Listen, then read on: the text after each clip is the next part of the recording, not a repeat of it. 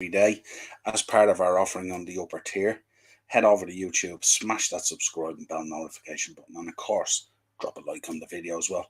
Thought I'd jump on today, a little bit of a Liverpool update. As wanted to go through a few bits and stuff like that. I sense there's a bit of anxiety out there in the fan base at the moment. Very nervous time for Liverpool at the moment. Obviously, United on the cusp of a takeover. If it happens, it's going to be huge money for them through Qatar and stuff like that. They're going to certainly propel themselves right back up there into the mix, big time. But yeah, I sense a bit of anxiety there. There's a lot of rumblings coming out of the club at the moment about what money is available to spend, and various different reports coming out about how we're agreeing terms, no problem with players. Which we expected anyway, because we've taken quite a slice off the wage bill with the players that have already exited the building. And of course, we know there's a number of players going out on loan as well. So, agreeing personal terms with players is really not a problem. That funding has been kind of freed up somewhat. The issue tends to lie in the fees, and the either level of the fees or how we want to pay the fees through the payment terms and stuff like that.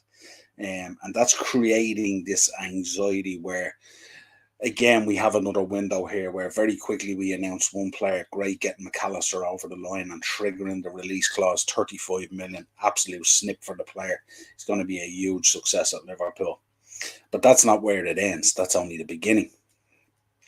And it's a dangerous game that Liverpool are playing at the moment. We find ourselves at a crossroads. This is it.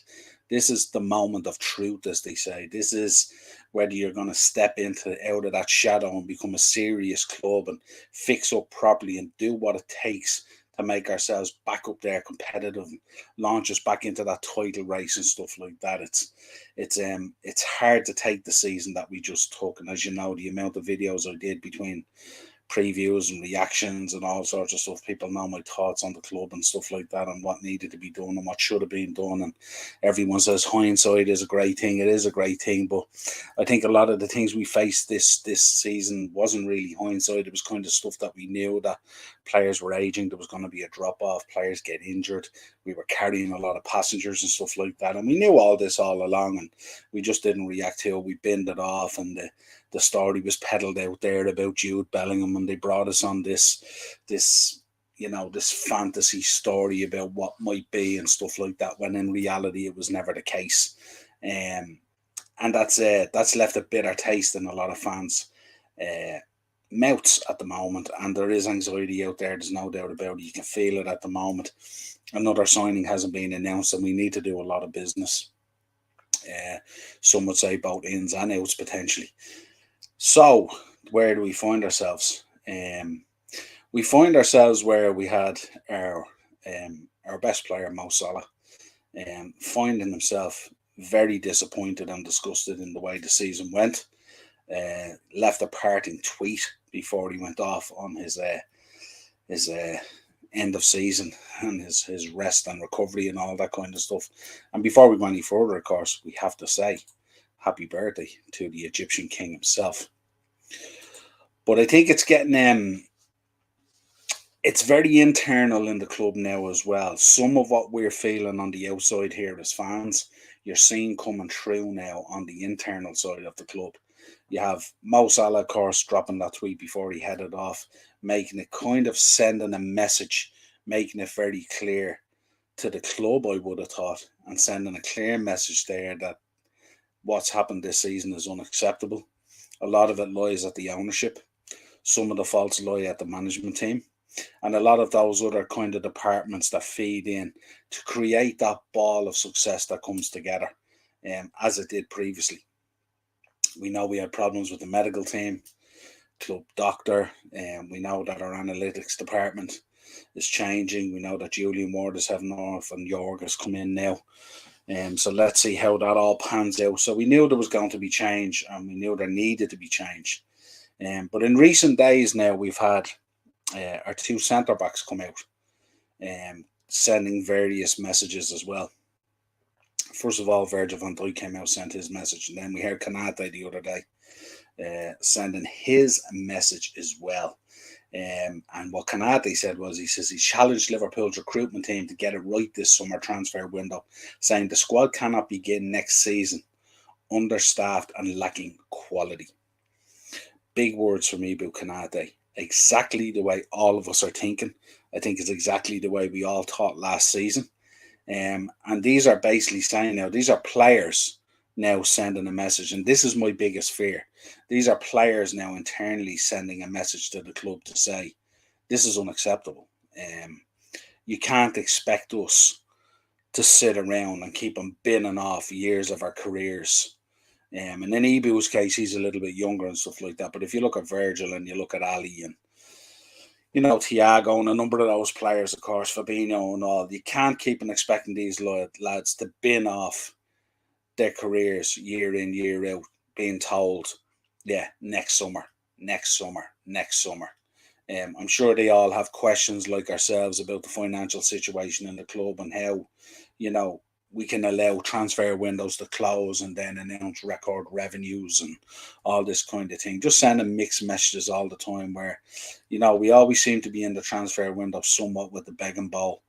And when we do sign players, we tend to fall short insofar as we just don't go that one player more that we really need. And it's really concerning at the moment because Liverpool really are at a crossroads because there's a lot of clubs now in the Premier League who have been taken over, who are awash with money and have the ability to go in and sign players and stuff like that. We just heard this morning about how Newcastle have approached Inter Milan for Nicola Barella, a player that's been linked with us a number of transfer windows. Player who personally I would love to come in. I know people have some doubts about him after watching the Champions League there last week and stuff like that. I think he's a real good player. And it's an interesting narrative as well when you hear people talking about the players that we're linked with and who we should go for and all this kind of thing. And I think what they forget at times as well when we are linked to certain players. I spoke on Jack's channel the other night about James Ward-Prowse. I know a lot of Liverpool fans don't necessarily want us shopping at Southampton, who got relegated, don't necessarily see James Ward-Prowse as being a Liverpool player. The point I was making on James Ward-Prowse is James Ward-Prowse would be a very good utility player to come in and play for us if we could get him at the right price, not 50 million, and not to the behest of not getting Thuram or Kone or these other targets that we have that are our main targets. But to have James Ward-Prowse on your bench as an option, I think instantly improves us and improves our options. And it's strange the disrespect that's out there at the moment in relation to James Ward-Prowse. Yes, he's not one of those things that's going to excite you. You're not going to run out and get James Ward-Prowse on the back of your jersey. You're not going to do all these things and stuff like that. But if you look at James Ward-Prowse's statistics, he's always available. He's rarely injured if you look over the last 3 or 4 seasons. Generally tends to put in about 10 goals, maybe 5 assists on average per season. In poor Southampton sides. So when you put James Ward-Prowse into a Liverpool side, and he's beside the likes of a McAllister, beside the likes of a Trent, beside the likes of a Fabinho, I wonder do you get a very different mix and a very different level. And I just think the one thing we have to think about this summer as well, it's a time to reflect on what has happened. And reflection is a really, really good thing because one of the things I mentioned on that show the other night, if we bring in James Ward-Prowse, he instantly improves our midfield. Now, is he levels of Thuram? Is he Kone? Is he any of these other players, Gravenberch, whatever it is? No, that's not the point that was being made. The point that was being made is one of our biggest problems that we have found is when a player gets injured in our starting 11, the drop off from the bench stepping across the white line to replace an injured player is a massive drop off. And that's where I was coming from in relation to James Ward-Prowse. So it's just that's the point I just wanted to make and stuff like that. And I hear a lot of stuff out there about nah. Listen, we're not going to pay 50 million for him. Southampton are not going to get 50 million for him, not anywhere and stuff like that. And it just depends on what way that is going to go and what it values out at and stuff like that. But at the moment, we seem to be going down a road where we're agreeing a lot of personal terms because obviously cash flow in terms of the wage bill and stuff like that has been freed up to do those kind of things. But it's that trigger moment when you're going in to discuss the actual fee and how it's going to be paid seems to be the slowing down and the stumbling block in it. Redbird is in. What's up, Redbird? How are you? Hope you're having a good day. All right, Niall. I'm still depressed with Scum United news. If FSG won't sell, I fear we will go back to dark times. What do you think? Absolutely. I just spoke about it there before you jumped on, mate. It's a really worrying time for Liverpool at the moment. So many of these clubs are washed with money now. And I still think I know when you look at geopolitics and stuff like that, and we heard for such a long time and stuff, oh, it's not about the money. It's always about the money. It's always about the money. But I think it's going to get to a stage where the FA and the Premier League or whatever it is, they are going to have to eventually, you know, step out of that shadow and start enforcing some financial regularity in there, proper regularity and stuff like that, because we just the money that's being thrown around and the manner in which it's being thrown around and how things are being constructed and how players are getting paid and what's perceived as being wages, what's perceived as being bonus and all this kind of thing. It's just masking a lot of financial issues within these clubs and stuff like that to make them look nice and shiny from the outside and stuff like that. And I think they're gonna have to lay down some rules and some parameters about this. And if that's the case, then I still think with investment. I mean, we all know we need new owners. We know that FSG are not serious about this anymore. That they got what they got out of it. They're happy with what they got. They have been seeking investment that hasn't landed yet by the looks of things. And they're eventually, if we want to be serious as a club again, we're going to have to find new owners. And not only new owners, we're going to have to find new owners that maybe mightn't sit with people from a moral point of view as well. Um, and that sort of cultural situation in Liverpool there and stuff like that could change that narrative as well. So let's see what happens there. Again, I'm not against anything that improves the club and the club's finances and allows us to go out and get the targets that we want and stuff like that. But I just think at times, we you know, we kind of nearly enjoy playing that kind of victim of being a small club and stuff like that. Take pity on us and give us your goods kind of thing and stuff like that. And I don't think that's the way to act in the market. Everyone knows that Liverpool Football Club has money. Everyone knows the success and the history and the lineage and the opportunity to put on that red jersey and step across that line at Anfield and feel the love that's generational in that stadium and stuff like that. Absolute, true, real love, not new love, not bought love, but real football love when you step across that line. A lot of players coming in there and stuff like that have a real chance to become absolute legends and real legends when we talk about legendary status and stuff like that. And I think there's a lot of draw related to that as well. And you can see that with McAllister as well. It was very clear he wanted Liverpool. I mean, any amount of clubs could have triggered that 35 million clause and brought McAllister in, World Cup winner, fabulous player, had an unbelievable season with Brighton. We know how talented the boy is. And he chose Liverpool. And he chose Liverpool against the backdrop of Europa League football, not Champions League football, against the backdrop of a really, really poor season. I mean, Brighton had a much better season than we did, let's be honest here. And numerous times they played us as well. They played us off the park. But McAllister seeing his future at Liverpool and he sees the legacy and the legendary status of that club. And that still carries weight. But we need to be careful about how many times we try to exercise that and stuff. And that only carries weight for a certain while. You still have to kind of remain and be successful, be in title races, winning trophies, all those kind of things. So it's really, really, really important from that point of view. But it's a great point, Redboard. We are extremely worried about what's going on in football. And it's not just United, it's a lot of clubs. I'm tired of people saying June ain't about the money.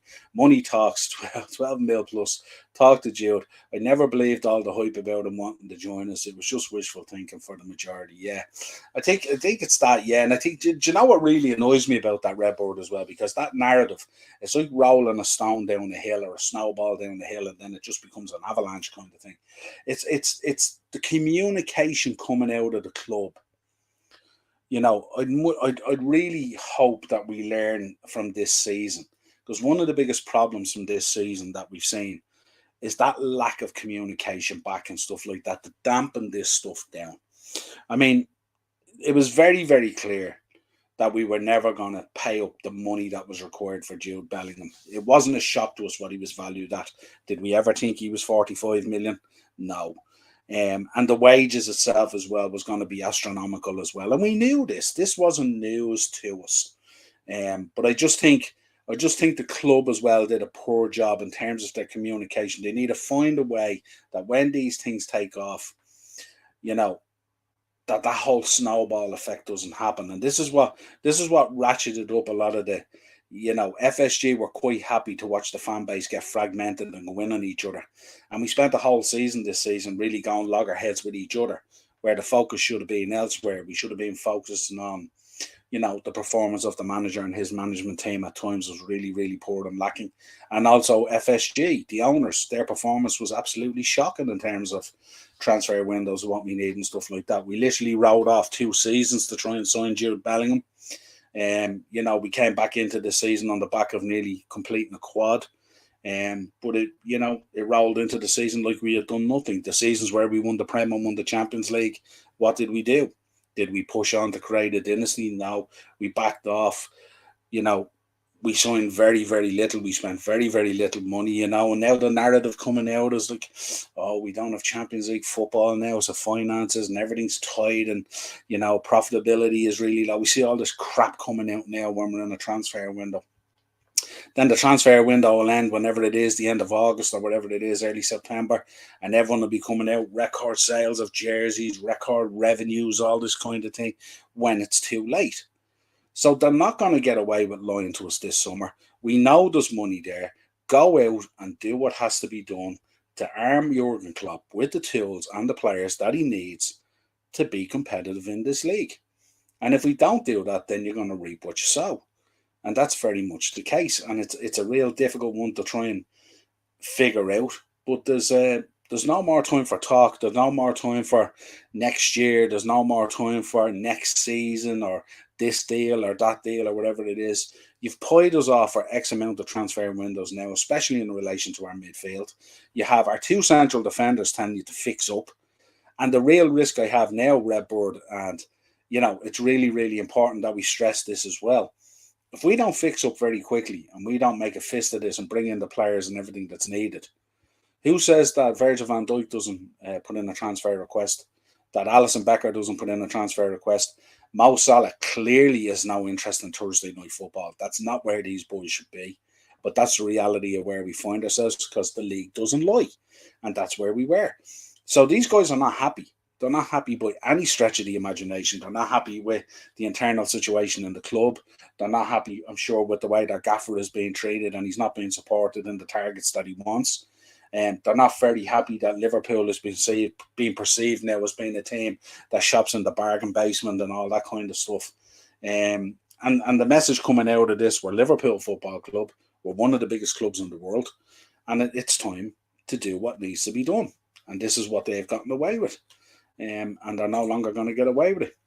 If Jude would have joined us, he would still have made millions, obviously. Not as much as he will at Real. That's why I disagree with those saying Jude don't care about money. Look, you can see, look, it really hurts today. He was unveiled today. We've seen the unveiling and stuff like that. And it just hurts because we've such connected history with Real Madrid down through the years, between players, between finals, between targets. We're kind of, Real Madrid and Liverpool are kind of interwoven in their history and stuff like that, And it's just, we wanted Tchouaméni, he chose Real Madrid. We wanted Jude Bellingham, he chose Real Madrid. Probably a number of other targets in the past have been the same kind of thing. And that's the way it is. And for some players, that's their dream. They grow up as a kid in South America or Spain or wherever it is, and their dream is Real Madrid or Barcelona, and we can't do anything about that. But this was a pivotal one, you know what I mean? Because it was very clear, okay, we weren't going to get Jude Bellingham, right, so what are we going to do? Are we going to go back into the market, and instead of getting one player for 100 million or whatever it is, we might get 2 players, maybe 2.5 or something like that. But there is an anxiety there at the moment. Obviously, we're linked with Kefren Turam, who we really need to get into the door. He's a super baller. Obviously, we're linked with Kone as well. You know, we've been linked with Pavard. We've been linked with Federico Chiesa. Apparently, we had a bid rejected for Valverde. You know, Yuri and Timber were linked with. So we're being linked regardless of the financial situation. We're being linked, and we're talking in circles with players that we should be looking at, and players that will come in and instantly improve us and help us hopefully to get back and be successful.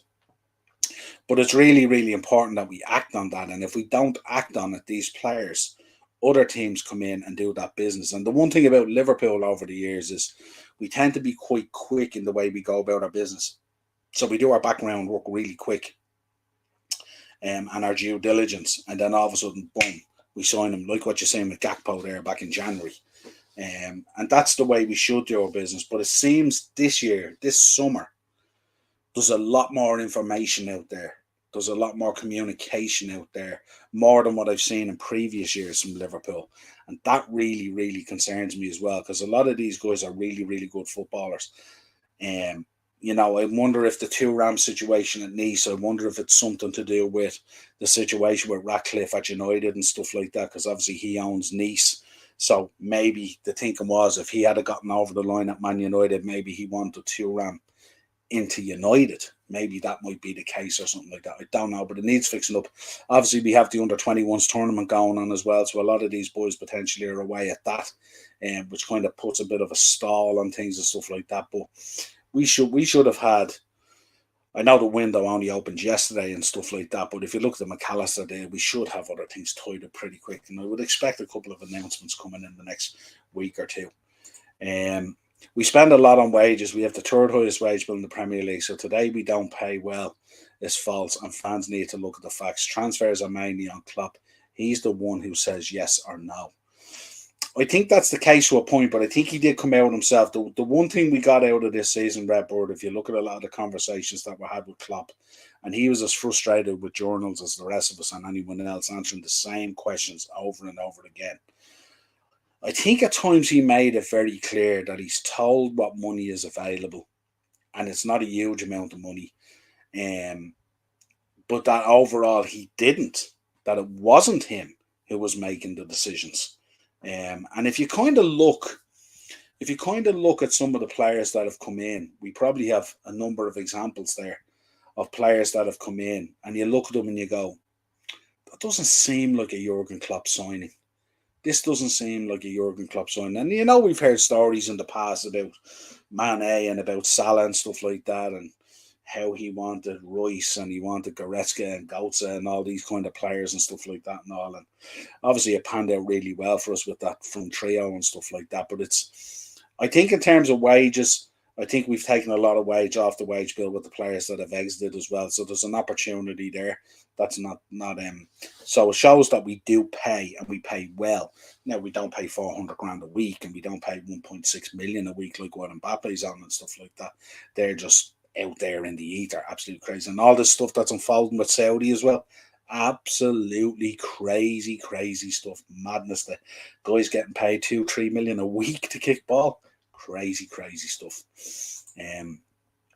Redbird, when Klopp really wanted a player, e.g. Ali, Virgil, Nunes, for big money, he gets them.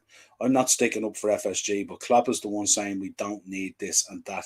They are both to blame, in my opinion. Absolutely. I mean, we said last season, both are heavily intertwined. You can't really separate them and stuff like that. I mean, go back to last summer. And many times did we hear Jurgen Klopp saying we don't need midfielders. And then all of a sudden, panic stations, Arthur Mello bin off 8 million or whatever it is for absolutely nothing. And someone has to be accountable for that, of course.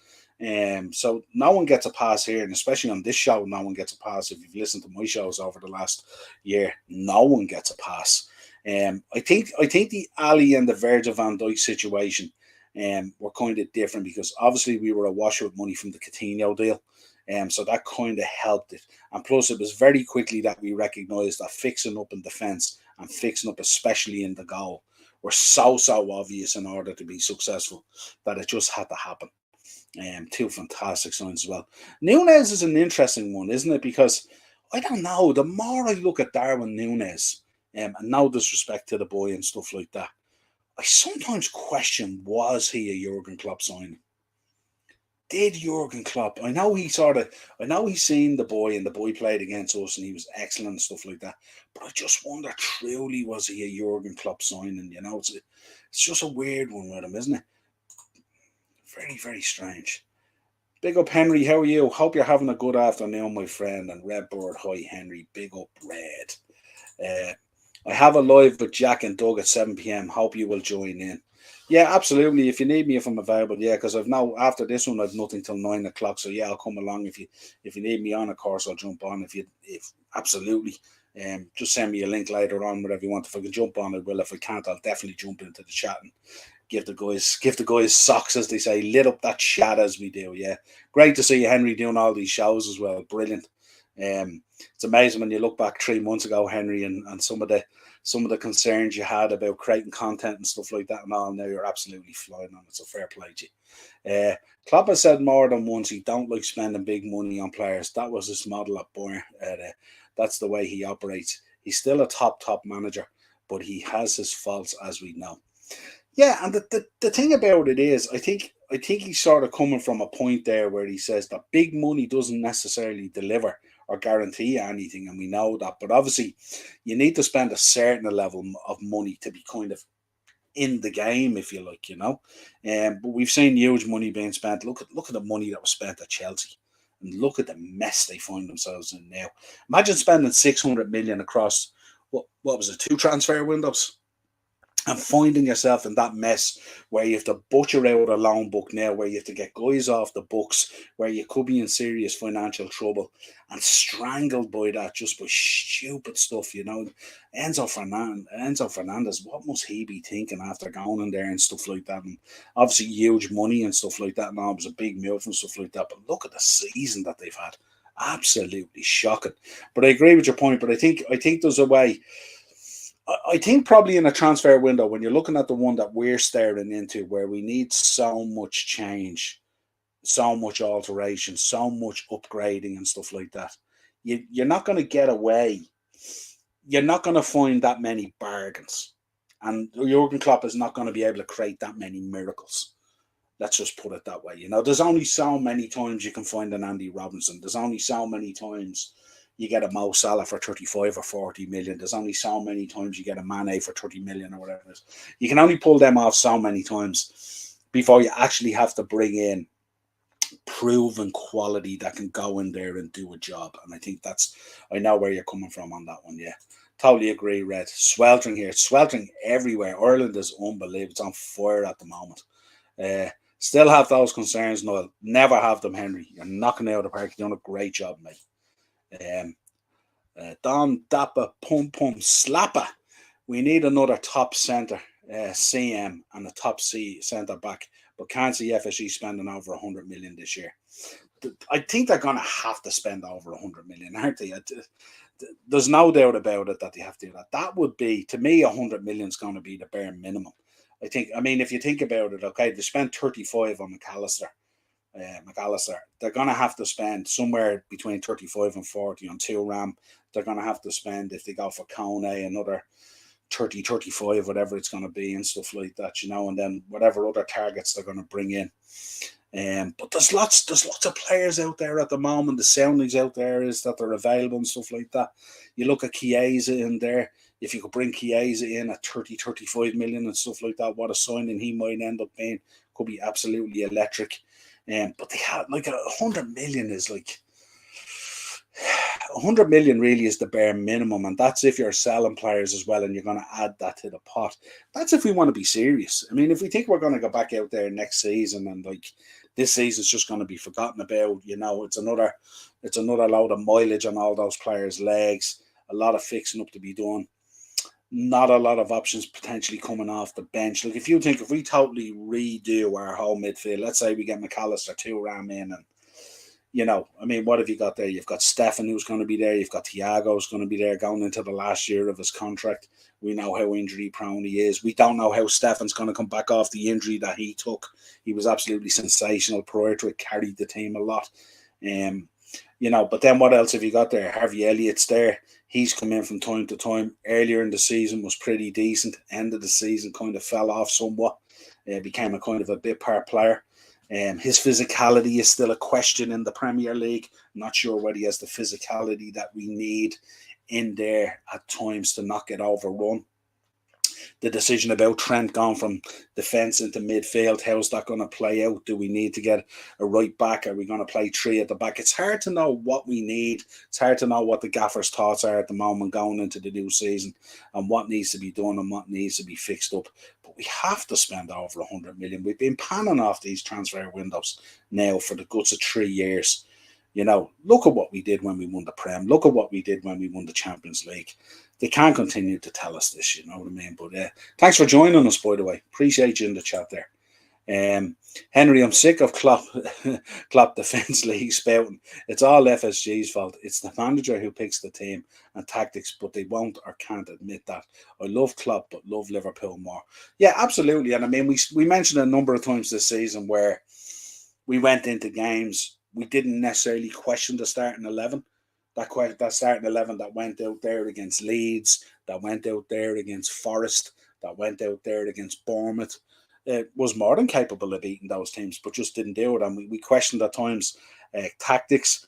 We had a burning desire to switch that whole situation with Trent, and it took forever to make the decision.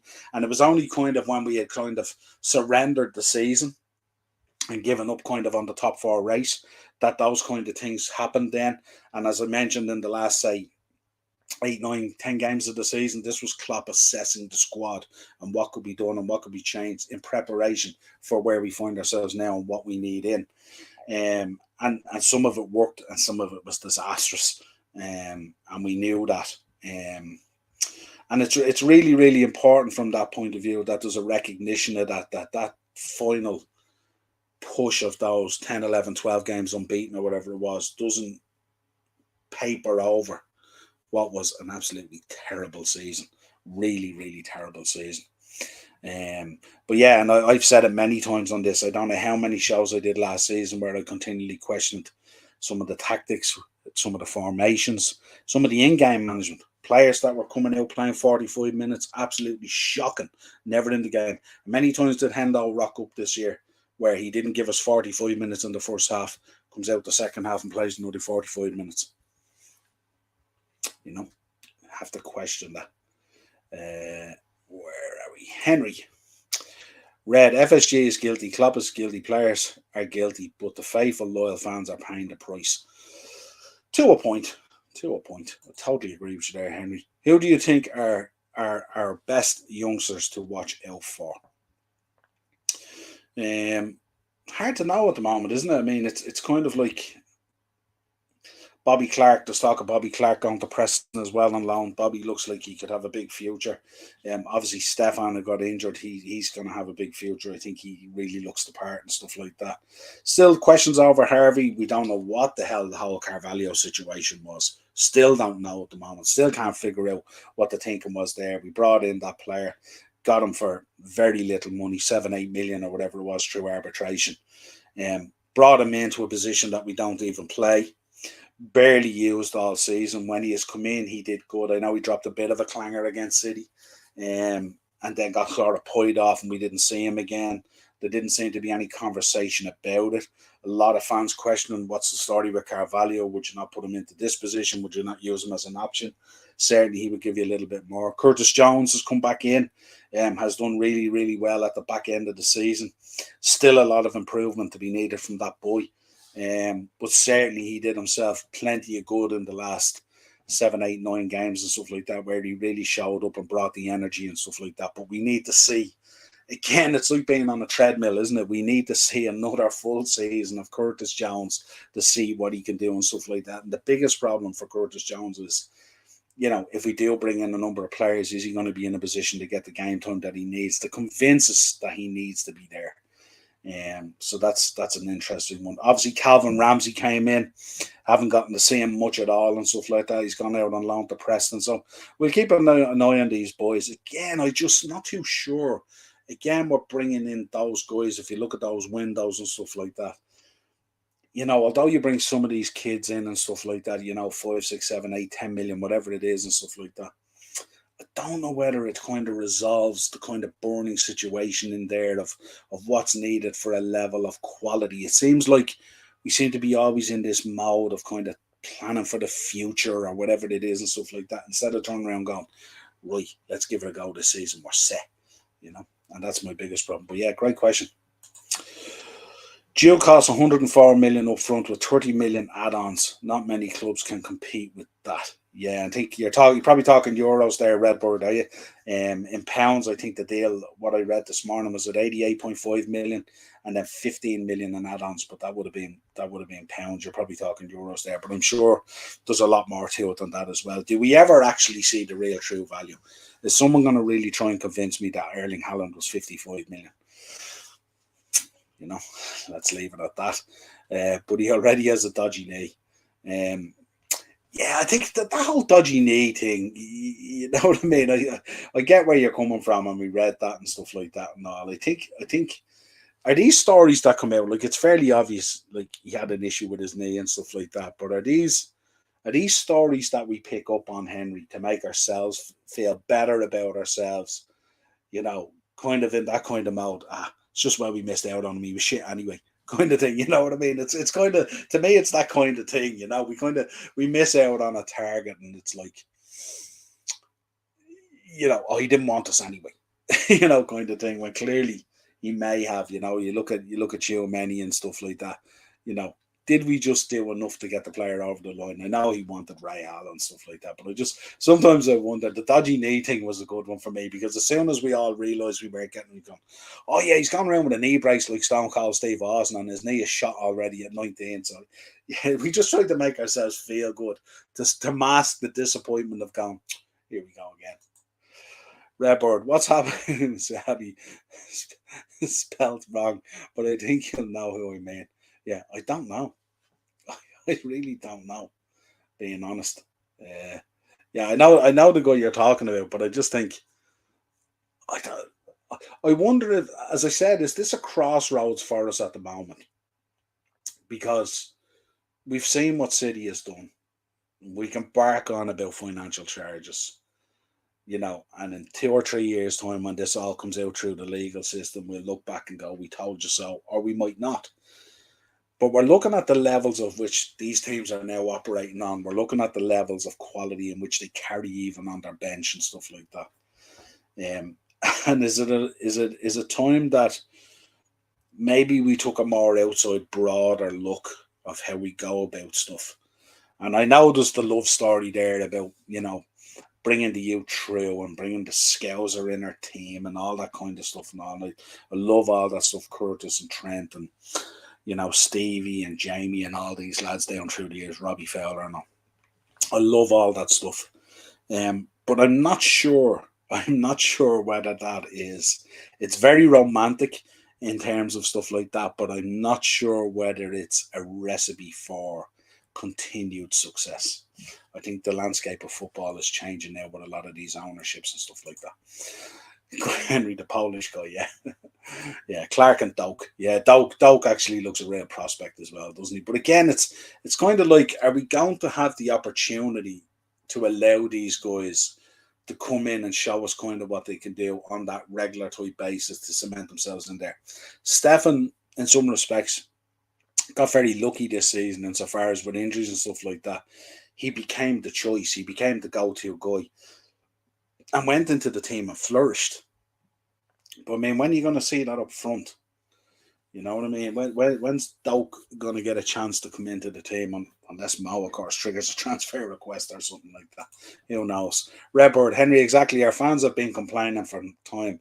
They are sick of signing injury-prone players. Yet Jude has a dodgy knee at 19, which is a worry. Hopefully it won't affect him too much. Yeah, I just, that whole dodgy knee thing, to me, that's just... It's interesting. I watched a lot of the academy games, and some players were stars, but others seemed to be not up to our standard. Yeah, and happy Father's Day to you both. Appreciate that, Henry. Yeah, coming up on Sunday. Really looking forward to it.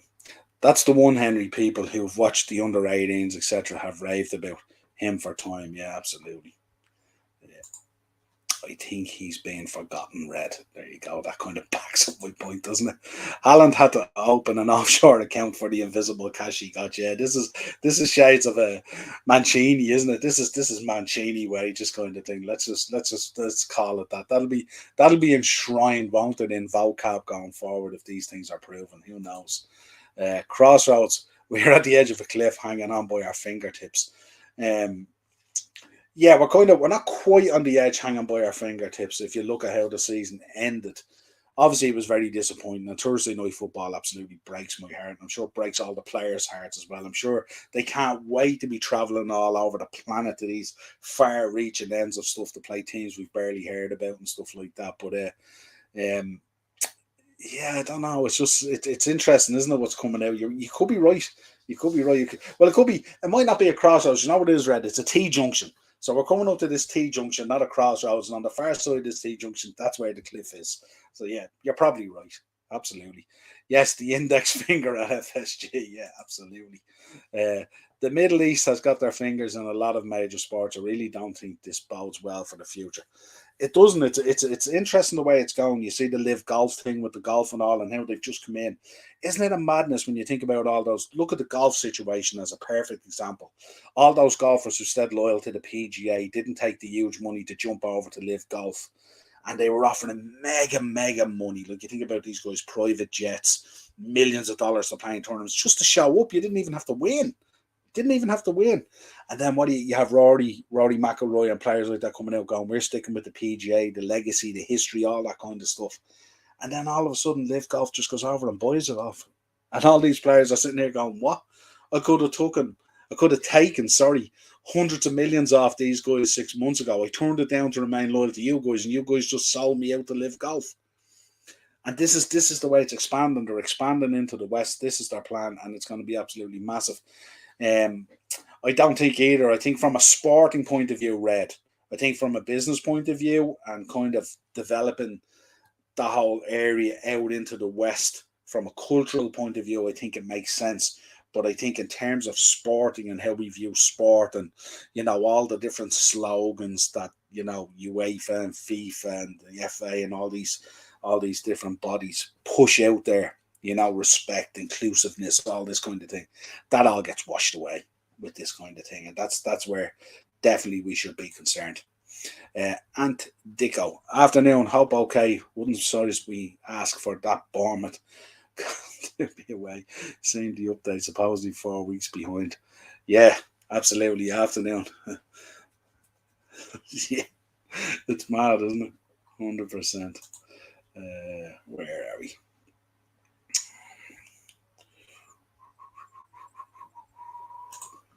Thanks for joining us, by the way, Ant.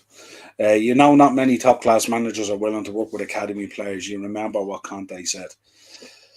Yeah, absolutely. And the sad thing about that, the real sad thing about that, Henry, is that a lot of these top level managers who don't work a lot with the academy and stuff like that, they're all successful. They all win things. They're all ruthless. You know what I mean? And that's the problem is maybe it's a soul searching thing with them, is it really? That they don't necessarily want to bring in an academy player unless it's at a huge level, let's say.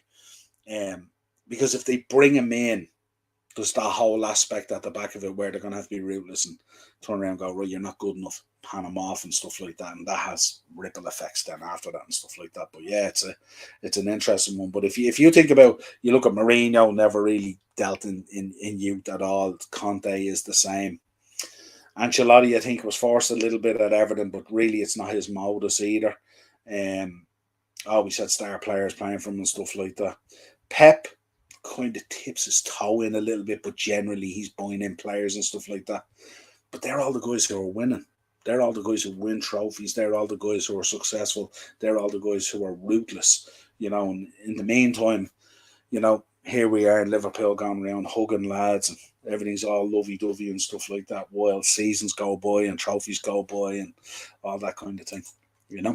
I have no heart. Liverpool shattered it last season. Yeah. Listen, Thursday night football. Strap yourselves in, lads. It's going to be a heck of a fucking season. It's going to be a heck of a season. Rebird, if we can buy whole of goal, can buy UEFA and the Prem. Yeah. You imagine. Uh, you can tell McElroy being told to shut up as well. Yeah, I wonder, Ant, is he getting a few quid? I wonder. See this call they were saying. He was kind of the first one that came out and said, all these guys who said loyal to the PGA should be compensated for that loyalty because they didn't jump and take the big money. I wonder if that's the case. Is there a bit of compensation going on in the background to dampen it down? It's a real difficult position that Rory McIlroy finds himself in now, wasn't it? Being that flag bearer for the PGA and the history and all the majors and the Ryder Cup. Remember the narrative that came out and, how he waved that flag. And his loyalty is to be commended. Because I mean, imagine the money he would have got. If you look at the money that Liv was throwing at all these other guys, and some of these guys were bang average and stuff like that. I was a big fan of Poulter back in the day, but they signed Poulter at a stage where, he was showing up and taking money. He wasn't really competitive. He wasn't really in the mix and stuff like that. They threw massive money at him as a character and stuff like that. So imagine if they had been in discussions with Rory McIlroy, you would have been talking about Learjet loads of money kind of thing, you know what I mean? So I'm sure he feels sick to the pit of his stomach as well. But he can sleep at night to show that he did show that loyalty and stuff like that. But I'm sure, you know, it, Ant, yeah, absolutely. It's building to the Super League, then the Prem, etc. So I think we will have one last chance to agree to the Super League or be left behind. Yeah, you can see it's kind of coming around as well. And I don't know what your thoughts on that new Champions League format and stuff like that. I don't know. I'm not too sure whether it's maybe expanding that tournament and more games. We're getting more and more games, more and more international tournaments. More and more friendlies and stuff like that. And I said it already. I said eventually you're going to look at football having to have maybe a 50-man squad or a 40-man squad or whatever it is, and that there will be no break, there will be no summer break, and that games will still be played even during international breaks and stuff like that. We will be bombarded with football, and you'll have to carry a squad that's able to cope with that. Maybe it's a case on international breaks, they do Carabao Cup games or whatever it is and stuff like that, but you're going to eventually get no downtime. It's going to be football 24/7 coming at us. But yeah, you're bang on there, Henry. Absolutely, 100%. Let me see. You're a beautiful human being, Red. Never forget that, mate. Yeah, absolutely. I know, Niall. Yeah. Seeing updates, Cranes are still on the pitch. Be shocked if it's anywhere near ready for Bournemouth. Yeah, won't have a problem. It's amazing how quick they do that. And if you've ever looked at the way they do a stadium, even redoing a pitch and stuff like that, they do it so quick. I know they have requested a potential situation there where they may not be able to play it and stuff like that, and they had also requested as well at the start of the season. I think that's why is that why they had requested that our first games or something like that be away as well? And I know today we were drawn away to Chelsea in the first game of the season, so maybe that might have been part of the request. I haven't looked in it yet in order to have the stand and everything ready and stuff like that. But they do this stuff so quick, so quick. Henry Ray, yeah, absolutely. Redboard, it's like fans who support the Super League. What about the many, which is most clubs, who won't be able to join? Aren't they part of football? I, for one, don't want to see their destruction. Yeah, and from a financial point of view, it's how it all trickles down with the pyramid scheme and stuff like that. And, even if you look at the effect that COVID had on situations, we have lost clubs that had kind of history and stuff like that. And it was sad to see them go. But I don't think it's a case of it. It'll be interesting to see what way this goes, because as you can see, with the expansion of the Champions League, they're going to be bringing in a lot more clubs now that would have never had an opportunity to play in the Champions League. And I'm just wondering what way the Super League will handle that as well. But if you look at how things are being positioned, if you look at who the ownerships of clubs that are going in, as you spoke about earlier, Red, it is setting itself up for that. But the FA and the Premier League, they're going to have to really figure out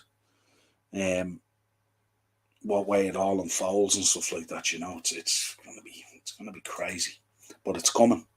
Henry, you're a good chappy too, mate. Yeah, absolutely. Henry, however, why can't we just be happy to be in the Prem, collecting more trophies and titles? I have no desire for this club to be in the Super League. Yeah, I suppose it's easier said than done, isn't it? Because it's like the decisions that are made. Like it's you want football to be played on a certain level and stuff like that, where there's that element of kind of, I don't know, is fairness the right word and stuff like that. But you also want to be playing the best. You want to be playing the top teams and stuff like that. You know what I mean? You don't want to. We don't want to find ourselves, in the Premier League. If imagine us in a Premier League where there'd be no Man City and no Chelsea, no United, no Arsenal, no Spurs, or something like that. You know what I mean? It's we don't want the Prem to become Rangers and Celtic. Let's say that's how I would write it. Yeah, and there's literally documentaries on it. You don't say no to the Saudi. It's unlimited wealth. Yeah, absolutely. New Champions League is the Super League guaranteed. It's played in Qatar and Saudi. Yeah, they're going to be moving it way out into places and stuff and all. Yeah, and that again, that's a great point, Ant, as well, because what that does is that increases more travel time, less recovery time, more jetting around the world on longer flights and all this kind of thing. And yeah, it's just mad. Yeah. And absolutely, Henry, more injuries and more of everything. Yeah, everything is more, more, more. It's agreed at every single level, isn't it? Well, at least we are starting away from home at Chelsea. Yeah, absolutely. Yeah. Don's back in. You think Thuram joining next week? Yeah, I think so. Yeah, the talk is we would have it done by about the 21st. Is it 21st or 25th? I think I read and stuff like that. I think that one has look, let's be honest here. If we don't get Thuram over the line and we miss out over something petty and silly, there'll be riots up at Anfield. There'll be crazy stuff going on, and it'd just be unacceptable that we ran out of the building. Yeah, I agree, Red. Uh, Unfortunately, Henry, there are many fans who are only interested in trophies. Fake fans, in my honest opinion. We love the game. They just love trophies. It's not the same. Real fans support their club, win, lose, or draw. Absolutely. I mean, look, I'm following Liverpool now. 1977, I think, or around that time, I was 5 when I started following Liverpool Football Club, and I've never ever questioned at any stage in my life my support for Liverpool Football Club and my love for it. Look, I do a podcast on it. That's how much I love it. Doesn't mean at times I get frustrated. Doesn't mean at times I don't question things. Yeah, I love this club. Yes, football is all about greed, pure and simple. With Salah meeting PSG owner again, would you sell if big came in 100 million plus? That's a big question, isn't it? That's a big question. It's hard to it's if a huge offer came in, it'd be very difficult to turn down, wouldn't it? Assuming that money is earmarked straight over to Klopp to reinvest in front people.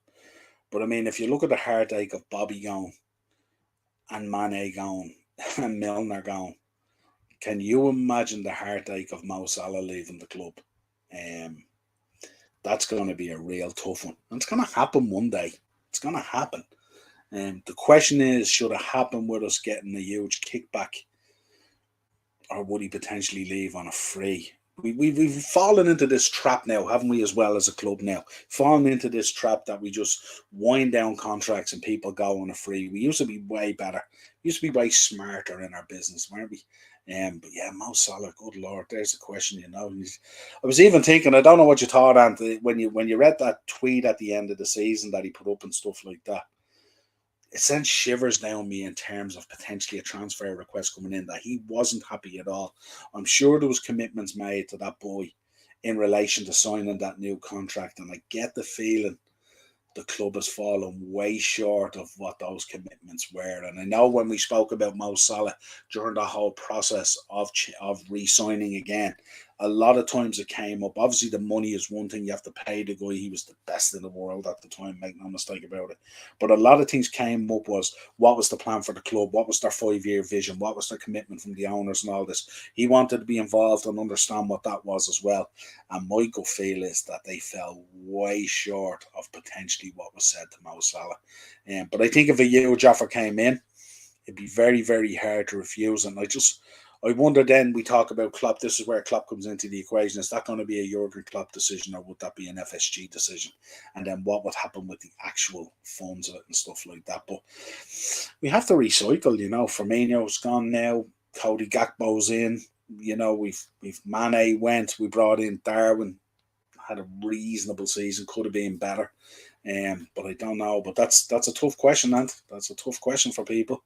Don Dappa, it wouldn't surprise me if we didn't sign anyone else, and all these rumours are another distraction tactic to keep fans off their backs.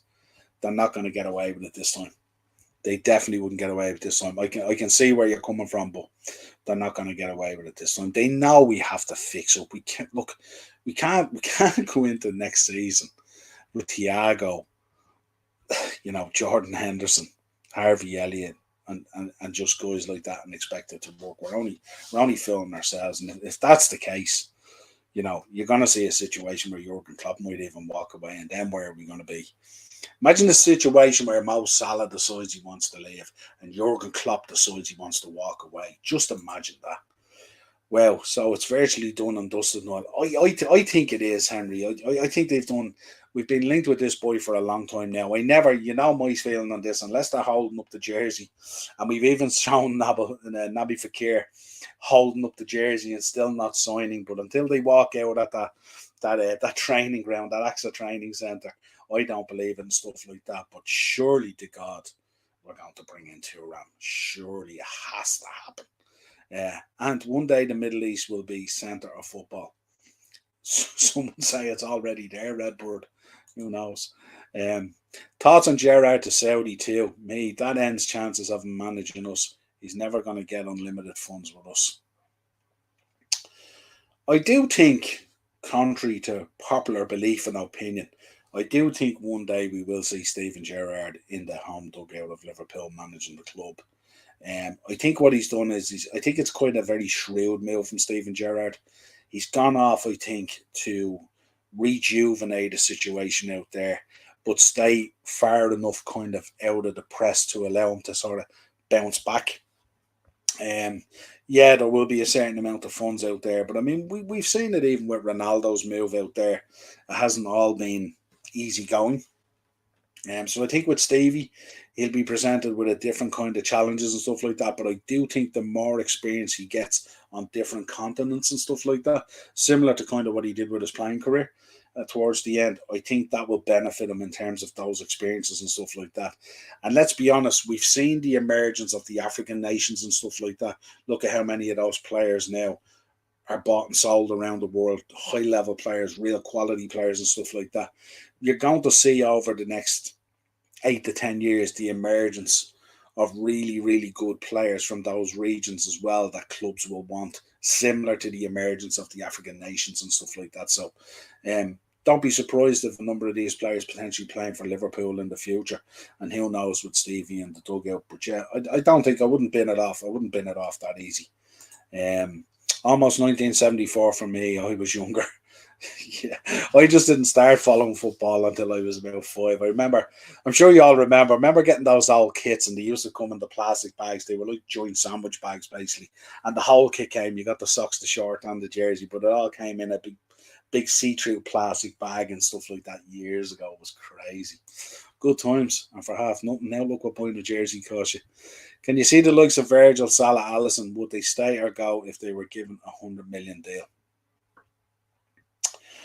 I think not at this stage. I think they still have a lot to prove on world football, and I think the way the Saudi situation is being put out there, I think it's endless amounts of money, but I think there's players out there as well in terms of their careers and stuff like that still want to prove an awful lot.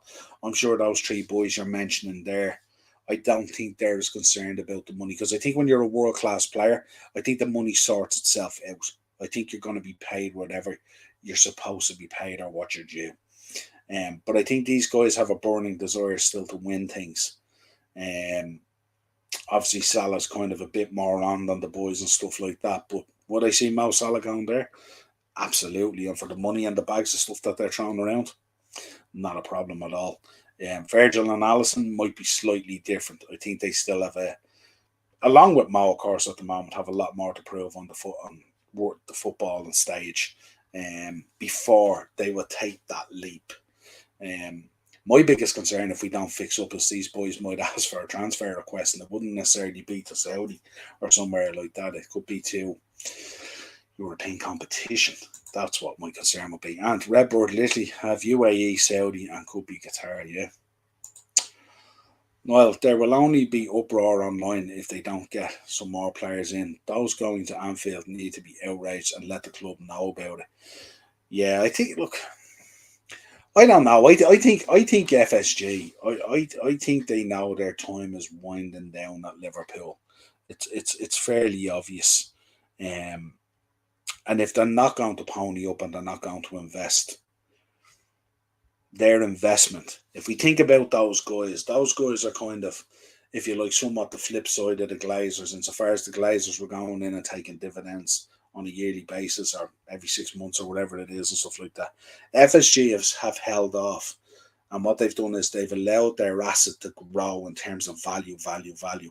And I think sometimes when you're doing that, eventually you're going to get to a stage where you want to realize the value of that asset. And I think that's what FSG is doing. I think FSG, they're probably concerned about the devaluing of their asset, not being in the Champions League this year, um, and everything else that goes with that. All right, being in the Europa League is one thing, but it's not the same thing. And also that kind of from a branding point of view as well. Like if you think about it, a lot of the club sponsorships and a lot of the, all that cool marketing and commercial side of the club as well. That's a lot of that is based on you being at the top table of football, not hanging out on Thursday night football. And we've seen the net effect that it's had on United and how it devalued their commercial deals and stuff like that. And also, so well, yeah, we can take a year off and go into the Europa League. If that's a consistent type of thing, if that happens to be a consistent type of thing, which if we don't go into the market and smarten up, it will be, it will create problems on those commercial sides, and that's where those boys heavily focus. And that could see a devaluing of the asset, which they won't want to do. So I think they will smarten up. I think we will bring in mostly the players that we need. I still don't think we'll go as far as we need to go, but I think we'll go enough to go back in and be top four and, be in and around stuff and all that kind of thing. Is that enough for us? Certainly not. We should have higher expectations of what we want from the club and stuff like that. But that's the reality of the ownership that we're in at the moment, isn't it? But yeah, no, totally agree. I think it's a matter of when, not if Salah goes. Yeah, that's the truth, isn't it? And I think, yeah, as I said, I just worry about that tweet. That tweet had a lot of underlining kind of messages in it. I think, for him to come out like that, that's not his modus. You know what I mean, at all. And I don't know. I mean, for you guys, would we be surprised at all if Mo Salah put in a transfer request this summer? Who knows? Redbird. Henry, I don't believe it's done and dusted. I believe it when I see the player sign. Yeah, absolutely. When he's holding the jersey or he's kicking the ball around in the training ground and stuff like that. You never know. These guys, there could be an issue with the medical. It could be anything. You know what I mean? It's so complex these days. You're talking about millions and millions of pounds, huge contracts. Crazy. In my opinion, we should already be doing it red. FSG have been getting away with it for years. Substandard treatment. Yeah, absolutely. It's the same with me too. Once they sign, that's it. Yeah, absolutely. Question: what would make you turn your back on the club? Absolutely nothing. Nothing would make me turn my back on the club. Um, Various things could make me turn my back on a player. We spoke about flops the other night on Jack Show and stuff like that. So, if certain things happened, we won't bring up examples, but we know what they are. If players tend to do that, I would turn my back on players and stuff like that. But I'd never turn my back on the club. I love the club, and as Redbird said earlier, it's Liverpool Football Club. That's who we follow. It take a lot for you to turn your back on the club as well. We even heard it, like even with the Super League stuff. Like people coming out, that's it, I'm done with them, I'm dusted, all this kind of thing. The reality is, would you really walk away from the club? Um, who knows? Redbird. And it's all about the money. It's always all about the money. You can't blame Gerrard, to be honest. If someone threw mega millions at you, it's hard to turn that down. Absolutely. And I spoke about this on the show last week. I think it was on one of the morning shows and stuff like that. News came out that Karim Benzema was considering, this was a great narrative, was considering a move to Saudi Arabia. And I was thinking, then I seen the deal. It was 100 million a year. It was 200 million over 2 years plus add-ons. And I was thinking, it's 2 million a week in wages plus add-ons, the odd Rolex here and Bugatti and whatever it is and stuff like that. And I was thinking, and Kareem Benzema's having a think about this. Is this having a think about it while he's walking up the steps onto that private jet on his way there? It's hard to be in that situation, guys.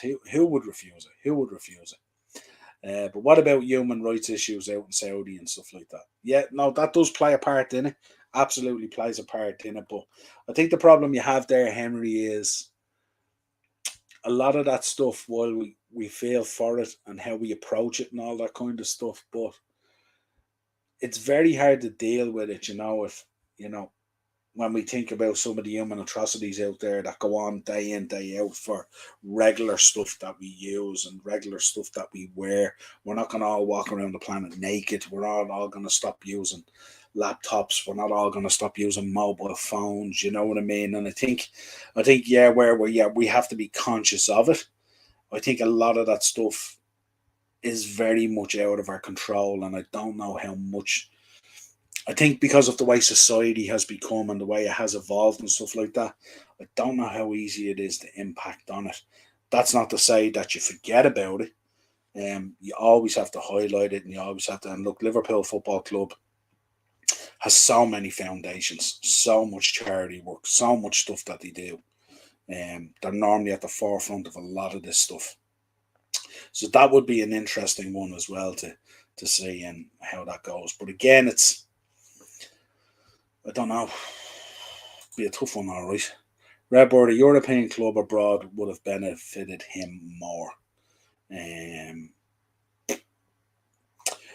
Yeah, and who's to say, Ant, in future that he wouldn't do that? You know what I mean? I mean, he still has. I mean, Stevie's still very young when you think of managerial and stuff like that. So he has plenty of time to potentially, if he can go out and make success out there in Saudi, developing players and obviously bringing in a few signings and stuff like that. I'll tell you what might happen. Here's an interesting one. Philip Coutinho has pretty much fallen out with Aston Villa. How long will it take Philip Coutinho before he's out in Saudi Arabia playing for Steven Gerrard? There's an interesting one for you. Throw your hat on that one, lads. But I think, yeah, what he'll do is probably come back into the European scene and you'll get him to experience something potentially in. I could see Stevie, do you know what? I could see Stevie managing in Italy. I think that would be interesting and stuff like that. And then potentially on the road back to Liverpool. The Saudi League is the Chinese league with unlimited funds. Yeah, it's taken over. The Chinese league was the first one to go absolutely ballistic. Remember with Oscar, 600 grand a week. Like, and that's another one. Yeah, mulling over this offer, 600 grand a week. I remember how crazy we thought that was. Remember how crazy we thought Oscar, who was sitting on the bench at Chelsea, was paid 600 grand a week to go to the Chinese league, and we were thinking this is outrageous. And then you look at last week, before Messi signed for Inter Miami, the Saudis were offering him 1.5 billion a year to go there. That's 300 million, or that's 3 million a week. 3 million a week. And we were up and uproar over Oscar getting 600 grand a week. That seems like chicken feed now compared to what they were offering these guys. Absolutely crazy. When the birthday came around, Niall, with the brown paper bags, and I'm giving my age away here. Yeah, absolutely. Yeah, Henry, blasphemy. Like you were our real fans. Me personally, I would rather slit my throat than turn my back on our club. We bleed Liverpool, and I'm spilling my blood for anyone. Yeah, I ain't spilling my blood for anyone. Yeah, and then breaking everything too. Go before FFP panel 25th of October would with certain clubs will be. How did we feel the other day, folks? I mentioned it yesterday on the morning brew. How did we feel about Ancelotti putting the boot into Everton for money that he's due, taking them to court in relation. I think it was image rights and marketing commitments and stuff like that in relation to his contract. Here's Everton kind of on their knees financially, in serious trouble, FFP loom and all this kind of stuff, up to the hilt on the stadium and all that kind of stuff. And then comes Don Carlo and that mafia way. It's like, by the way, boys, you owe me a load of money as well, and here's the solicitor's letter. So interesting, wasn't it? Interesting to see how that'll pan out. Henry, Amazon, Apple, Samsung, and all major companies use child slave labor to make their stuff, but we are all guilty of buying their products. All those companies ignore human rights. Yeah, that's the real conundrum, isn't it, Red? That is the real conundrum. Like it's you know, you can't just look over here and not look over here and play that game and not play that game and stuff like that and all. And I just think it's an absolute minefield. I could never walk away from the club. Yeah, that's what we want to hear. And I genuinely believe would have benefited more from going to a club in Europe and would have been a better experience. Yeah, but then maybe this is the offer that came in, and maybe there was an offer from a European club and stuff like that, and maybe he's structuring this in such a way that if he goes out there and does 2 or 3 years and he's successful, then maybe a European club will take a punt on him and stuff like that, bring him back into that fold, and then from there he could springboard back maybe into the Premier League, or maybe that will be the time if he's built up his resume much better and stuff like that to go into Liverpool and stuff like that. But I think you're right, absolutely. I mean, managing in Europe would be seen as being, of a higher level and stuff like that, no doubt. Red, and FFP, how many get away with it? It's all about how many brown envelopes you give out. That's why Cheating City will get away with the charges. Yeah, do you know what it is? Do you know what the biggest problem is? Like, what the hell is FFP and who enforces it? It kind of gets enforced when people suit themselves, kind of thing, like you look at Everton and everyone's saying, oh, you can only carry 105 million in debt, and these guys are 371. The Premier League knew about it, teams took legal action against it, and they were paid off to say everything was okay. So who actually enforces this? Who is Mr. FFP who calls to your door, knocks on the door and goes, you've been breaking the rules, here it goes, it's in black and white, and we're going to sort it out. And what are the rules? And this is the whole thing. This is the problem now, why they're focusing now on the wages and all this other stuff. Now, I know they're bringing in new rules where I think it's going to start out at 90% and then devalue down to 70%, with certain parameters and stuff like that. But I don't know whether people know how the landscape of FFP works and who's actually going to enforce. No one seems to enforce it, so that's why people don't care. Like if you're going to break FFP, you know what I mean, and there isn't that level of a demotion or a points deduction or whatever it is, and you're just going to get slapped with £100,000 fine or £1 million fine or a £5 million fine, and you're a club like Man City and stuff like that, it does. What does that matter to them? Like we seen what happened last time and stuff like that, where was in one of the fines that they got was 30,000 or something like that. 30,000. That's a lunch for Pep. That's a lunch. You know what I mean? We need to get serious about some of this stuff. I could easily walk away from a club that didn't do everything possible to protect players, managers, staff when dealing with human rights. Yeah, I don't. Yeah, maybe. Send Adrian. Best says the Saudi 100 million bid. Yeah, absolutely. Yeah. Can you believe we're going to renew his contract for a second time? The only club that's ever renewed a contract for him. Absolutely gas. Watch the documentary on Saudi. Basically said have more money than can ever spend. Shouldn't shock people their wealth. Absolutely not. They're swimming in it. Swimming in it. Look at the money they're offering. They're swimming in it. Always knew Carlo was a red. Yeah, absolutely. That's how I felt. I felt this was kind of his little way of paying us back for upsetting us so much in the Champions League. And I just thought it was gas. I wouldn't slit my throat. I'm hemophobic. Absolutely. Don't be going doing that, boys. That's not a good idea. And I'm gonna watch that later. Yeah, it's definitely worth a watch. I use Amazon. There you go. Jack's in Anfield Road TV. All right, Nigel and chat just got in then. Cheers, bud. Looking forward to it. I was enjoying the shows there and stuff like that and all good stuff. Yeah, content is great at the moment as well. Check out Jack's channel as well. Big up, Jack. And City are Stockport on steroids. Jesus, Stockport on steroids. There's a statement. Not many businesses give out brown paper bags with what you have bought anymore. Yeah. Yeah, not the brown paper bag that you want anyway. You go home with your shirt out of pennies or something like that, and then you dip your hand in and there's a wedge of money. Uh, Stripping them off the titles is the only punishment I feel would be good enough. Yeah, I mean, this is the whole thing, isn't it? And I spoke about this before on a show. It's kind of like if these charges are upheld and they go all and the serious charges, I'm not talking about the length of the grass and stuff like that. I'm talking about the real charges. If these are upheld and they have to go all the way back, it's like as if me and you, Jack, and the lads here and all, we're like Jim Carrey in the Truman Show, aren't we? It's like we've been living this life of football for the last decade, 12 years, whatever it is. And we're suddenly going to walk to our door and open our door, and we're going to step out of that door like as if City never existed. It's like, you know, the way Lance Armstrong, you know, that situation where he won the Tour de France 7 times or whatever it was, and he sits on his couch looking at his 7 yellow jerseys that he refused to return. But we know he cheated. He knows he cheated. But he's kind of saying that, like, you know, the top 20 guys in the Tour de France, they all cheated, but he just cheated better than them.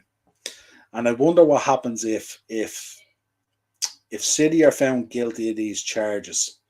Is this going to open up a door where all these top clubs now are going to be heavily investigated? And is the world of football that we know it going to come crumbling down like an earthquake?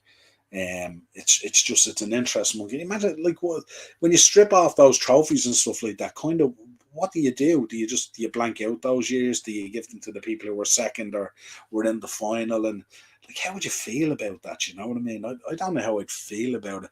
I'd be happy that kind of justice is served in terms of, well, we knew, and then, you know, but I don't know. I don't know how I feel about it. It's a very worrying thing when you think about you've committed to football over the last decade or 12 years. That's really been a false narrative, if you like. You know what I mean? It's going. Do you know what I compare it to, Jack? Actually, I compare it to, you know, all this stuff that comes out of Hollywood now and stuff like that. All this pedophilia stuff and all this horrible stuff that's been coming out of Hollywood and stuff like that. And all these kind of actors that you grew up on and all these brilliant movies that you watched and all this kind of thing. And now you're looking at it and you're going, they're being found guilty or accused of all these kind of things. And you can't bring yourself to watch that stuff anymore. That was such a big part of you growing up and the stuff that you loved and all, you know. And it's a tough one. Is football going to go that way as well? City already been found guilty, massive fine and banned from Europe for 2 years. Time ran out. FA has one chance. Yeah, and see that's the problem with the FA thing as well, isn't it? Like, is it in the FA's interest to bring down this house of cards? Let me know your thoughts on that. Have I stumped Niall? Kind of. And trophies and thrown out the Prem, Jack. Yeah. Throw them out the Prem. Throw them out the Prem. Where did he go? Since what, did he go into Championship? Did he go into League One? Did he go back down into the National League? Where did he go? Henry, we are all guilty, but we don't have many options other than have nothing. We are the enablers, sad but true. It doesn't matter what we say. Some things won't change. Or Viagra. Daz is in. How are you? Big up, Niall and chat. Good to see you there, Daz. Anfield, 100% mate. Unprecedented in English football. Unprecedented in any football. Happens all the time in Italian football. It does happen all the time in Italian football, but I think with the Italian football situation, you never feel like the teams that performed that time that we watched and loved, those great Juventus sides and AC Milan sides and stuff like that. You never feel like that element of it goes away, do you? You still have a kind of a reverence for those teams and those players and stuff like that at those times. But with this one, it's kind of different, isn't it? It's interesting. The mascot just came in. How are you doing, buddy? You good? Good man. Redbird Joe. Redbird, I would love to live in a world where everyone is free of persecution and to live peacefully with each other. What I want will never be, because there are too many bad, some evil people in this world. Yeah, it's just the nature of the beast, isn't it, at the moment? Big up, Daz. At Daz Reynolds, big up, mate. Absolutely. How can I get the link to you, Jack, for tonight? If you want to send it to me, Henry, and I'll send it on to him like last time. Send it to me and I'll bang it over to Jack, no problem. All right, Jack, when's your next live at Redbird? Hope you're well, mate. And yep, because league is a farce. I could honestly see them winning for next season. Yeah, that's the thing, isn't it? And that's the rootlessness of Pep and stuff like that. You know, like you even seen it. Remember they were talking at the whistle at the Champions League final. Everyone was running around celebrating the euphoria of it and all that kind of stuff. And Pep is sitting down with the tactics guy and he's going through tactics on the board. Like, who does that? Who does that? This will tell you how ruthless he is and stuff like that. And now that they've matched the treble, the only thing they can do now to really cement that legacy pending the charges is do the quad. And who's to say they wouldn't try and go invincible as well to wash away that Arsenal situation? That would be interesting. Yeah. But yeah, it's going to be very, very interesting times. Yeah, big up, Jack. At Redbird, hoping to sort one today, mate. We'll keep you updated on the social tab. Awesome stuff. Loving the content. Meant to say, yes, City literally turned it into a farce. Would it shock anyone they won 4 next season? Yeah, 4 next season. And that'd be 4 leagues in a row, potentially doing the quad. Imagine they went invincible and all and stuff. Like, he's just, his drive is ruthless, you know, regardless of how we feel about him and stuff like that. You know, his drive is absolutely ruthless. And that is my biggest fear. Yeah, absolutely. I posted in the chat, Niall, earlier. Perfect, no bother. I'll you posted the link, did you? You posted in chat, perfect. I'll pick it up out of there anyway. Yeah, absolutely. Pep, when the camera is on him, always makes me laugh. Yeah, he does, and he's just. And you know something? The part of the anxiety, I said it on the match reaction to the final. Part of the anxiety on that pitch from the Man City players stemmed from him. He looked totally out of control that night. He looked all over the place. And they were very, very lucky to get out of town with that win in the end, to be honest. And he was part of ratcheting up that anxiety. He was on his knees, he was on his backside, he was all over the place. He was shouting at lads. He was totally out of control. He was like a lunatic, whereas Inzaghi was still managing his team and managing his players, what they had to do and keeping on it and all and stuff, you know. So my phone's about to die and I haven't got a charger with me, so I'll catch you all later. Yeah, thanks for tuning in, Redbird. Really appreciate it. That title loss under Rodgers was the most frustrating. Could you imagine if he won the league with us? Yeah, it was very frustrating, wasn't it? Very, very frustrating. Yes, Niall, absolutely. P.S. Hit the like before you go, peeps. Yeah, absolutely. Hit the likes, folks, and smash the subscribe and bell notification button. And for all the channels in the chat as well, guys. Really, really important to do that. City won the lottery. All that success still can't fill ground. Atrocious parades. See more at Boxing Day sales. See, the difference there is they're on a pathway of creating history. We're already cemented in history and a legacy of, you know, so much stuff and moments and trophies and success and all that kind of stuff. So it's kind of like, but teleport yourself and ahead 12 years or 10 years. If City keep on this trajectory, imagine that the charges are proven not to be the case or they get washed away or whatever, even though we kind of know. But imagine that over the next 10 or 12 years how much success they might have, and in 10 years' time what it might look like. I heard people talking the other day, the more you go on holidays around Europe, or especially in the States, I see it in the States when I go on holidays in the States, you see a lot of guys walking around with City jerseys and stuff like that. So that's the concern, you know.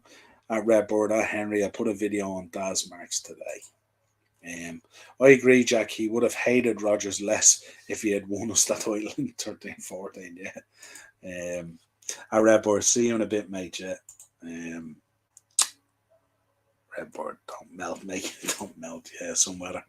Jack, do you know how to link Xbox to PS for a game of FIFA? That's not a question for me. I don't do gaming, lads. I haven't got the time for gaming. Okay, Daz, we'll look at it soon. Perfect. Let's talk about a couple of other things, folks. Let's talk about this. I had kind of mixed emotions about this yesterday when it came out. Obviously, Alisson Becker being voted Player of the Season, and Missy Bow, of course, getting the women's one as well. Fantastic for both of them. But I kind of had mixed emotions about this yesterday, where I love Alisson Becker, and I was delighted he was voted Player of the Season, which was kind of an obvious one. But I was also concerned as well that when you look back on the season and when your goalkeeper is your player of the season, it magnifies the trouble that you're in, really, doesn't it? And it kind of cements the kind of wording coming out from Virgil and from Konate and players like that, Mo's tweet and stuff like that. So it's a real concern. So where it's real cool, he gets player of the season. I don't think that shines in a good light for Liverpool as a football club if your goalkeeper is your player of the season. Now, he can be up there in another season where we're winning trophies and we're successful and we're in a title race and maybe win the League or Champions League. He can be up there for certain moments in that season and be on the vote. But I don't know whether it's a celebratory fact, is it, when your goalkeeper is player of the season? Why would United fans rather City win the league than us? Says everything. Because we're their rivals. Because we are their rivals, and there's no doubt about that. You know what I mean? Like the rivalry in English football club, regardless of what people says, is Liverpool and Man United. That is the rivalry, and that is the case. It's just a fact. That's the way it's always been, and that's what we talk about clubs that already have that history in place and that build up over years and years and decades and stuff like that.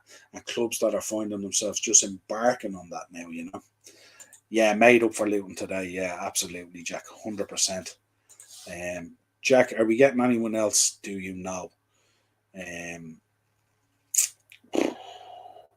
Don't know. Let me know, Jack, if you've heard anything else. I've kind of rattled off. Kind of it's it's centering around Turan, Chiesa, Valverde, Kone, Pavard. I think they've distanced themselves, but I'm not too sure. 100%, mate. Ali wins us titles with his saves and the big moments. Just hope he doesn't get tired. If we have another year like last, Daz, you cannot do that, mate. Sadly, there you go. That's your answer, Daz, on the game and link up.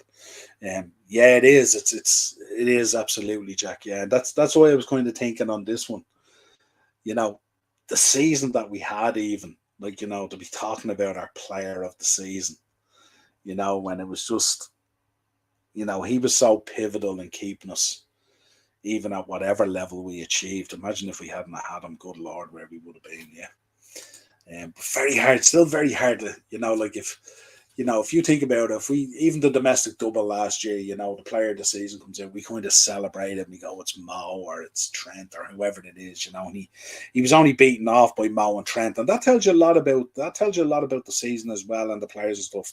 It was himself, then Mo, then Trent. I mean, you think about Trent, Trent literally only showed up when that inverted thing happened. He was having a horrific season to that point, and yet he was third, I think, in the voting for player of the season. So what happened to everyone else? That tells us a lot about our season, doesn't it? What was your thoughts, guys, on the fixtures? Give me your thoughts on the fixtures. Liverpool's fixtures starting out. We're starting out with Chelsea, Bournemouth, Newcastle, I think that's Aston Villa, is it, or was I'll have to go full screen. That my mince boys has let me down. Aston Villa and Wolves. It's a tough old start to the season, lads, isn't it? Away to Chelsea and stuff like that. What was your thinking on it? Really, really tough, I think. This is the month I was really concerned about as well. The AFCON month coming up, obviously, where we're going to lose Mo Salah. No doubt Egypt will get pretty close to the final again. Worst case semis, I would think. But what was you thinking? My biggest concern was January and losing Mo. So obviously we have the away game at Bournemouth, and then we have the home game Chelsea at the end of January. So they're the two fixtures there at the moment. Now, obviously they're going to be coupled. There's obviously going to be cup games in there as well. But we should have enough cover for Mo, shouldn't we?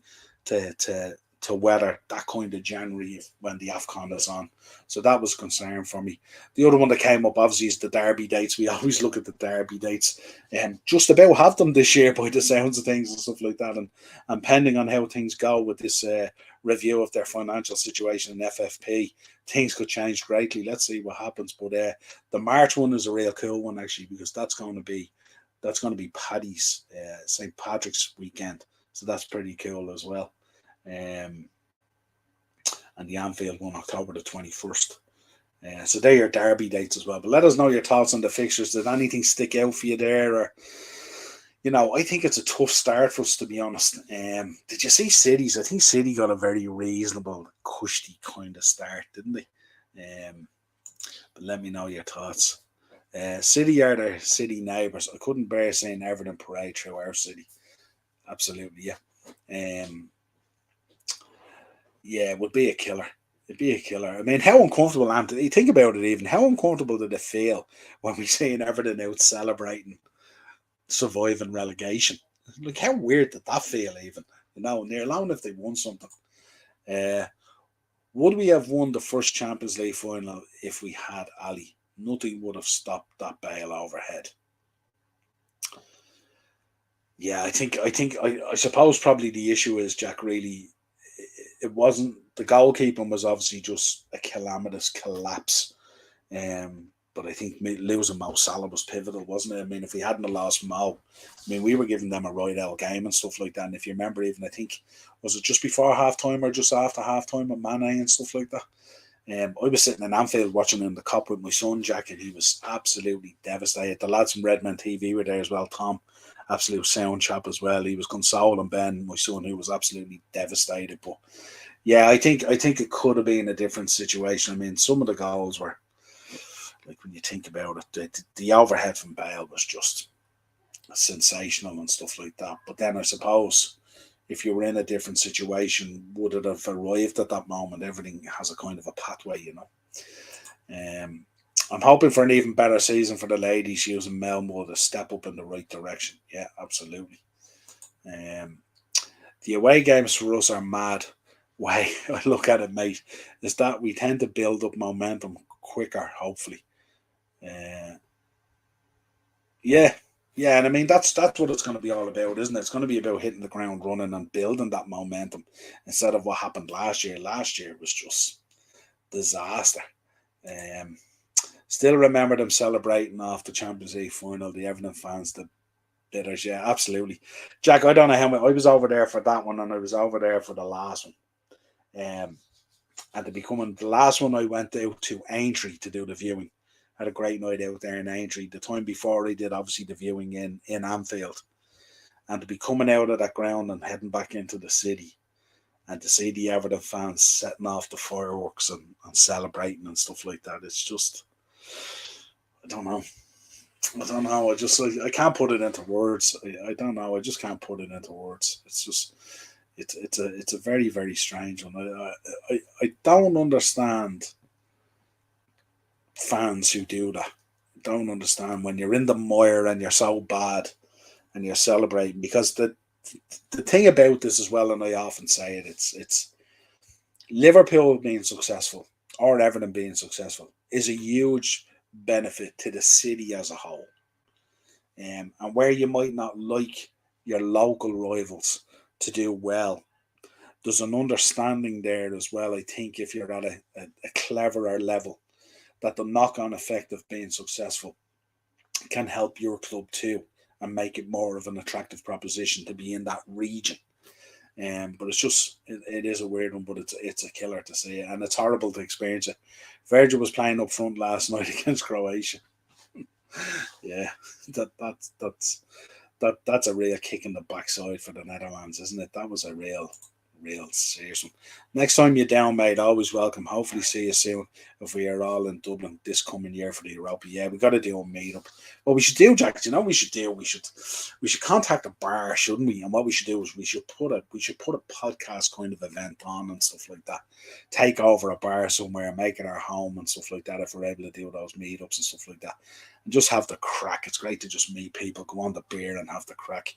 Be unbelievable. Daz, Jack, do you know if anyone is doing the England or Wales game tomorrow? There's normally loads of them, isn't there? International football. God, I haven't. Do you know what it is, Daz? I haven't even looked at the Ireland situation, but I see they're trying to convince the England or the FA. They're trying to convince Tom Cannon. I think this young lad. I think he's at Everton or something like that. They're trying to convince him to switch allegiance to England now as well. It's weird, isn't it? And it's just, I can see why they do it as well. I can see why Grealish and Rice did it, and not for international football reasons, but financially, it's absolutely monstrous. Like I said it the other day, if you're Jack Grealish or Declan Rice and you're playing for the Republic of Ireland, you're not commanding 100 million fee. You're just not commanding it, and that's it. The period of the 70, 80 with the F used to be good. Yeah, absolutely, yeah. Definitely fell away. The friendly derby went 10 years ago. The derby is now a nasty atmosphere. It is very much so, yeah, and very much can be a nasty match as well, as we know with Virgil. Defo, mate, yeah, absolutely. Henry, I would fly to Dublin on my broomstick, aka Ryanair. Be allowed at Daz Reynolds. So, England enjoyed watching the World Cup, supporting the other teams. Yeah, the World Cup. It was kind of. I think we watched it because we were kind of. It was kind of different. We weren't sure what we were going to get, and I think we were probably. We were dying to beat up FIFA, weren't we, in one way or another? But we kind of we found ourselves that we couldn't because it kind of went off reasonably well, didn't it? So, yeah, tough one, tough one.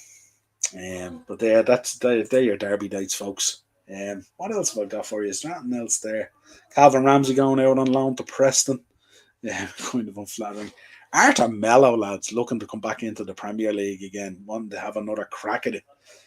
That was an interesting story that came out the other day. Very, very interesting. And obviously, we spoke about Bobby Clark as well being targeted by Preston for a loan move as well. But I think we've probably covered everything at this stage, haven't we, for the moment? Let's take a few more comments. Henry wouldn't get checked for COVID. That's all given up now. They've given up, and that's now become a head cold, hasn't it? It's now become a head cold. Adant, 100%, mate. The away end last year for the Everton was disgusting, mate. The security in Anfield all kicked off. Yeah, it's mad, isn't it? It's just mad. Daz, Niall, I think Kelleher will be number one keeper for Ireland. Yeah, it's an interesting situation for us, Daz, isn't it? Like, we have, like, Bazunu, who's a good goalkeeper as well. He had a tough time at Southampton, but if you go back and look at some of those matches, even where they got beaten 3-4-5-0, Bazunu was kind of their man of the match. It could have been 7 or 8. And I think, actually, without Gavin Bazunu between the sticks, I think Southampton would have got relegated way earlier than they did, to be honest. But yeah, we're kind of... we're spoiled at the moment with goalkeepers, to be honest. And it's an interesting one where Bazunu was playing regularly, but Kelleher is kind of the understudy to Allison. Part of the reason Kelleher and the club has been talking potentially about a move is just, I think Kenny has made it clear to me he needs regular football to become the number one. But I do think over the next couple of years, Kelleher will become number one keeper for Ireland, and I think it's a good chance of that, pending what happens with Bazunu at Southampton.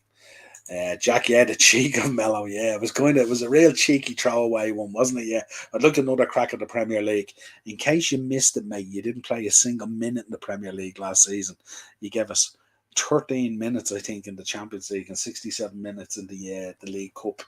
Another crack at the Premier League. You swear he had come in, set the place alight, and just fell short of City and come second by a couple of points.